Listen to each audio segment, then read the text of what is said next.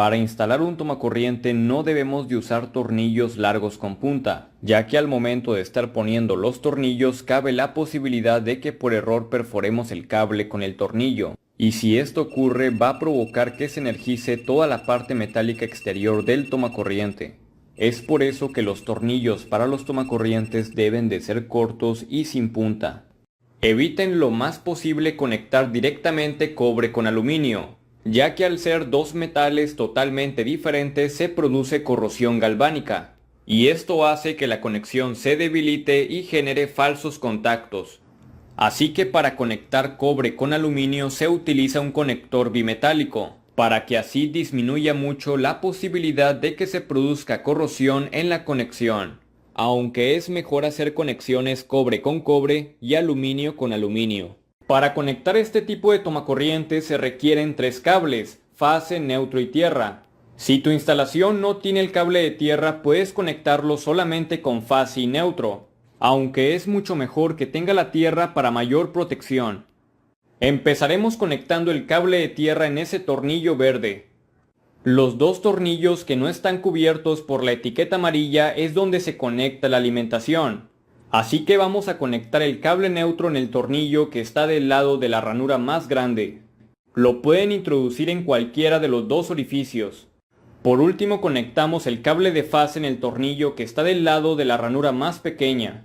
Y ahora sí, nuestro tomacorriente ya quedó conectado. Los 2 tornillos que están cubiertos por la etiqueta amarilla es por si queremos conectar un tomacorriente sencillo. Para ello conectamos 3 cables, uno para la fase, uno para el neutro y uno para la tierra. Y esos 3 cables los conectamos al tomacorriente. Esto da como resultado que este tomacorriente también te pueda proteger. En la compra del tomacorriente GFSI vienen incluidos estos adhesivos, que sirven para indicar que este tomacorriente está protegido por el GFSI. Y con estos 3 cables podemos conectar y proteger más tomacorrientes, así como lo hicimos con este. El tomacorriente GFSI puede llegar a salvarte la vida, ya que si no estás bien aislado y por accidente tocas la fase o el neutro, automáticamente el tomacorriente se va a desactivar para así evitar un accidente mayor. Para volver a activar el tomacorriente presionamos el botón de reset.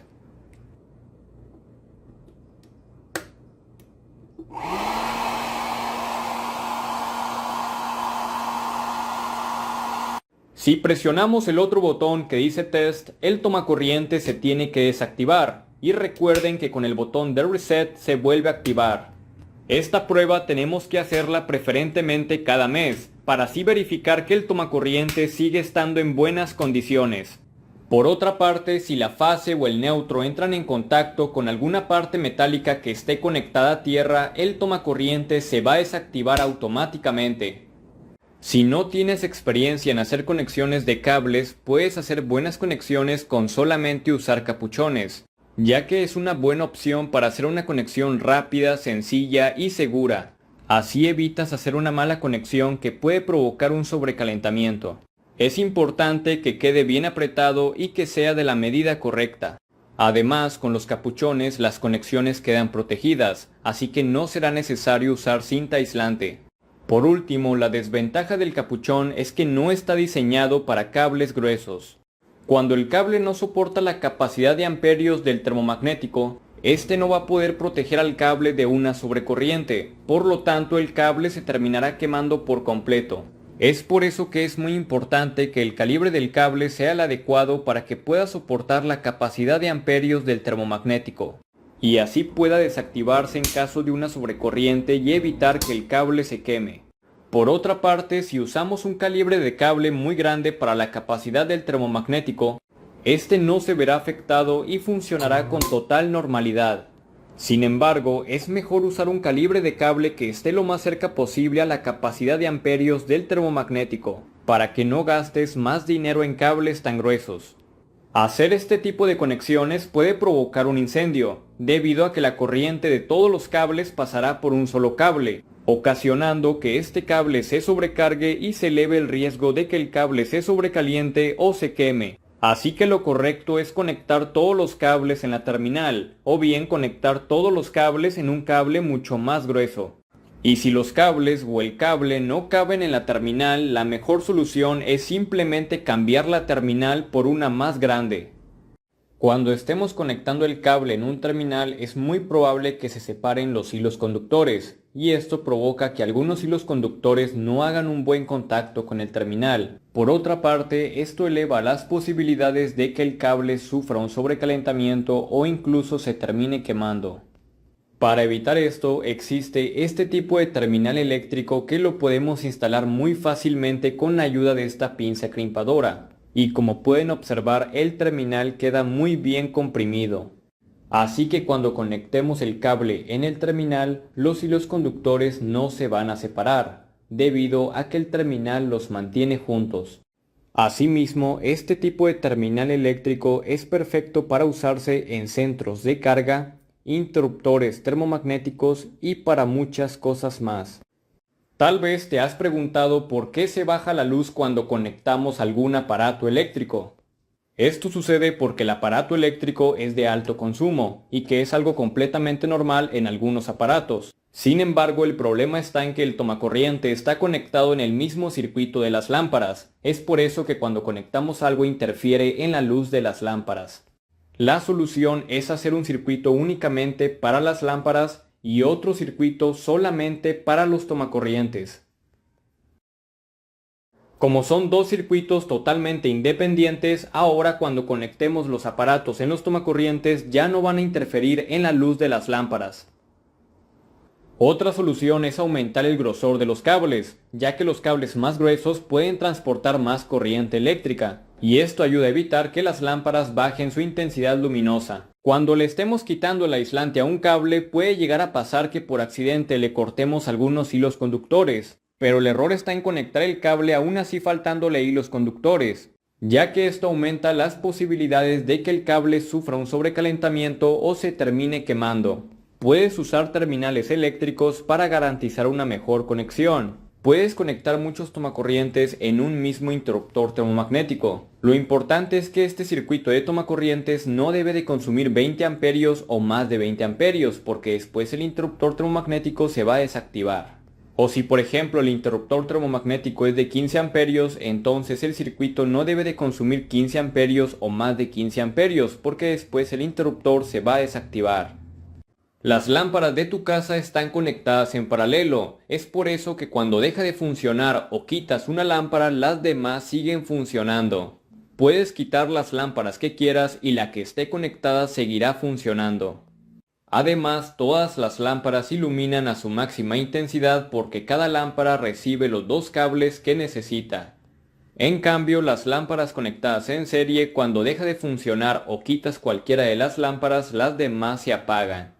Asimismo, no iluminan a su máxima intensidad porque el voltaje se divide entre el número de lámparas, y el voltaje se divide en partes iguales cuando todas las lámparas son de la misma potencia. Aquí, por ejemplo, el voltaje se está dividiendo en 3 porque son 3 lámparas, pero ninguna de las lámparas se enciende porque el voltaje que le llega a cada lámpara no es el suficiente para encenderla. Y por último, las lámparas en conexión mixta es cuando se conectan en paralelo y en serie en un mismo circuito.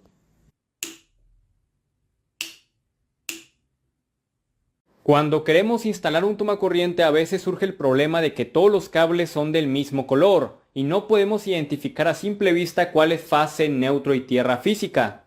Así que para esto necesitamos un multímetro, puede ser cualquiera de los dos, y lo vamos a poner en la función de voltaje de corriente alterna. La punta de color negro la vamos a tocar, y con la punta de color rojo iremos tocando cada uno de los cables. El cable que dé el mayor voltaje es la fase. Este cable da 2.2 voltios. Este otro cable da 50 voltios. Y el último cable da un voltaje de 0.7 voltios. Quiere decir que este cable es la fase. Y el cable que dio el mayor voltaje de los otros dos es el neutro, que en este caso fue este de aquí, con un voltaje de 2.2 voltios. Y el cable que dio el menor voltaje es la tierra física. Y el probador de fase me indica que efectivamente este cable es la fase. Ahora conectamos la fase en el tornillo de la ranura más pequeña, el neutro al tornillo de la ranura más grande y la tierra física al tornillo verde. Después le ponemos cinta aislante alrededor del tomacorriente. Y por último lo conectamos a la caja. En corriente directa o continua, la conexión en paralelo es cuando conectamos todos los positivos y todos los negativos. Y la conexión en serie es cuando conectamos positivo con negativo, negativo con positivo, positivo con negativo y al final nos queda uno positivo y uno negativo. La tierra física, o también llamada puesta a tierra, es un simple cable conectado a una varilla clavada en el suelo. Es por eso que se llama tierra física, porque está conectada a la tierra como tal, y el otro extremo del cable se conecta a las partes metálicas donde se requiere. De ese mismo cable se pueden unir más cables y conectarlos en otras partes. La tierra física es únicamente para protección de nosotros mismos y de los equipos eléctricos. Para su instalación se puede usar un cable con aislante o sin aislante. Sin embargo, los cables de tierra física que están bajo tierra o que están expuestos al ambiente tienen que ser cables sin aislante y que sean 100% de cobre, ya que el cobre tiene más conductividad y mucha resistencia a la corrosión. En un tomacorriente la fase se conecta al tornillo de la ranura más pequeña, el neutro se conecta a la ranura más grande y por último la tierra física, o también llamada puesta a tierra, se conecta a esta ranura.